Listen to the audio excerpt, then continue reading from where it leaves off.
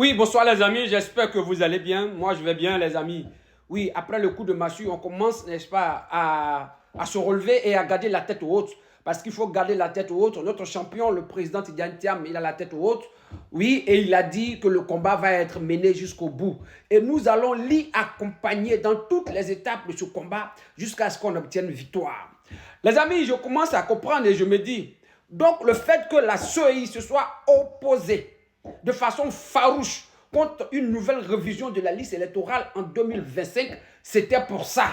Vous voyez pourquoi est-ce qu'on dit que cette décision est une décision politique qui a été savamment menée. Et ça a été fait en complicité, non seulement avec la CEI, mais avec la justice et avec le pouvoir, pour ne pas qu'on puisse voir clair dedans.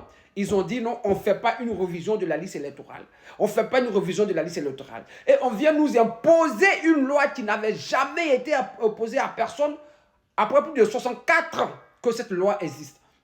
Mais bon, comme vous êtes amoureux des lois, comme vous êtes amoureux, n'est-ce pas, de l'application juste des lois dans notre pays, nous aussi, voilà, vous vous doutez bien que nous aussi, on aime les lois. Vous vous doutez bien que nous aussi, on aime l'application des lois dans notre pays. Et nous exigeons qu'il y ait la tenue d'une révision de la liste électorale. Avant, peut-être c'était une demande, mais maintenant, ce n'est plus une demande, c'est une exigence. Parce que c'est la loi qui le demande.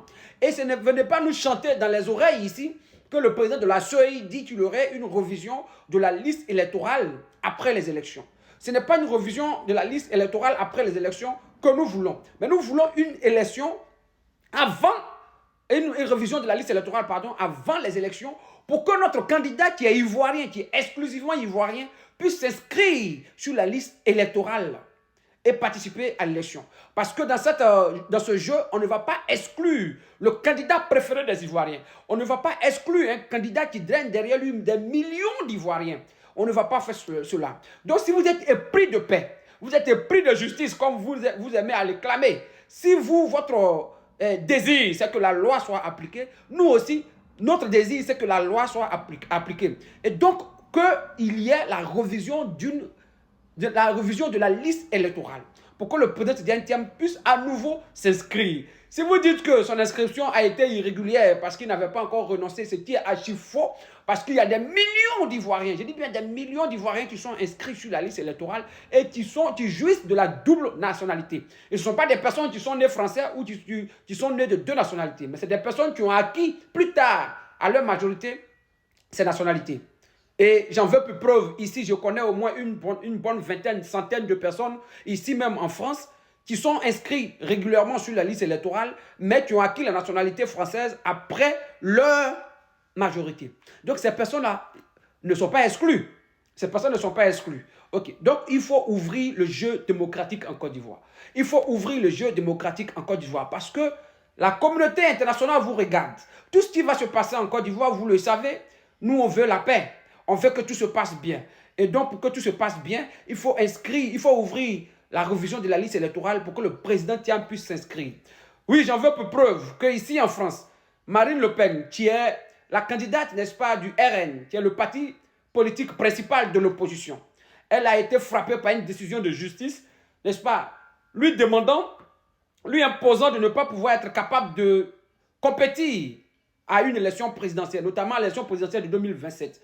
Oui, mais compte tenu du fait qu'elle représente des millions de Français, compte tenu du fait que des millions de Français placent leur espoir en elle, la justice française, qui habituellement, lorsqu'il y a un cas d'appel, met au moins 2 ou 3 ans pour agir, la justice française a décidé, exceptionnellement pour le cas de Marine Le Pen, n'est-ce pas, de juger son affaire en appel en moins de 8 mois, pour que la démocratie soit faite et pour que la démocratie soit dite. Comme ça, si dans ce deuxième jugement, elle est acquittée, elle pourra compétir. Elle pourra compétir. Nous aussi, nous disons, le président Tidjane Thiam traîne derrière lui des millions d'Ivoiriens. Des millions d'Ivoiriens placent leur confiance au président Tidjane Thiam. Des millions d'Ivoiriens espèrent au président Tidjane Thiam. Des millions d'Ivoiriens pensent que le président Tidjane Thiam aujourd'hui est la solution, n'est-ce pas, pour une Côte d'Ivoire développée, une Côte d'Ivoire réconciliée et une Côte d'Ivoire où les Ivoiriens vont véritablement être heureux et vivre convenablement dans leur pays. Donc nous exigeons, nous aussi, que la justice enjoigne à la CEI de respecter la loi électorale.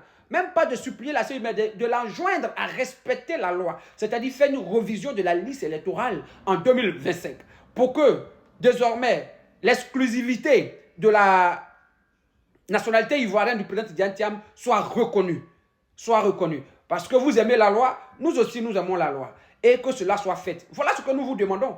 Nous ne demandons pas à M. Kubier d'aller nous dire non, il va faire une revision de la liste électorale après les élections. Ça n'a pas de sens. Parce que révision de la liste électorale après les élections, non seulement ce sera intenable, et deuxièmement, c'est incongru. Incongru de faire une révision de la liste électorale après qu'on ait voté. Lorsqu'on organise une élection présidentielle,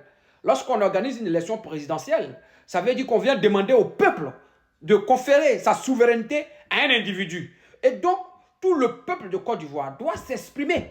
Parce qu'il est question de notre vie, il est question de la vie de notre nation, et il est question de la vie, n'est-ce pas, de nos enfants. Et trop c'est trop, la Côte d'Ivoire mérite mieux que cela. Nous devons aller de l'avant. Et laisser le président Tidiane Thiam tranquille, c'est un Ivoirien. Il est aujourd'hui victime de sa popularité, mais vous n'allez pas avoir sa peau. Il va participer à ces élections. Dieu vous bénisse, les amis. Ce soir, je vais recevoir pour vous, ce soir donc 24 avril 2025, je vais recevoir pour vous à 20h30 heure de France sur ma page TikTok, le stratège, le président de J'aime Thiam, qui est un mouvement très puissant de soutien au président Tidiane Thiam, et en même temps qui est le coordinateur des mouvements de la société civile du PDCI et du président Thiam ici dans la diaspora occidentale et asiatique. Il s'appelle le docteur Néan, Mathias Néan. Il sera sur ma page. Vous pourrez monter massivement sur cette page et lui poser toutes les questions, notamment sur les perspectives à venir, sur ce que le PDCI entend faire, sur ce que le président Tidiane Thiam entend faire et sur ce que J'aime Thiam et les mouvements qui chapeautent entendent faire. Il faut vous connecter massivement. C'est ce soir sur le coup de 20h30 heure de France et 18h30 heure d'Abidjan. Les amis, restons mobilisés et restons déterminés. Notre détermination et notre mobilisation feront la différence. Dieu nous bénisse. Je vous remercie.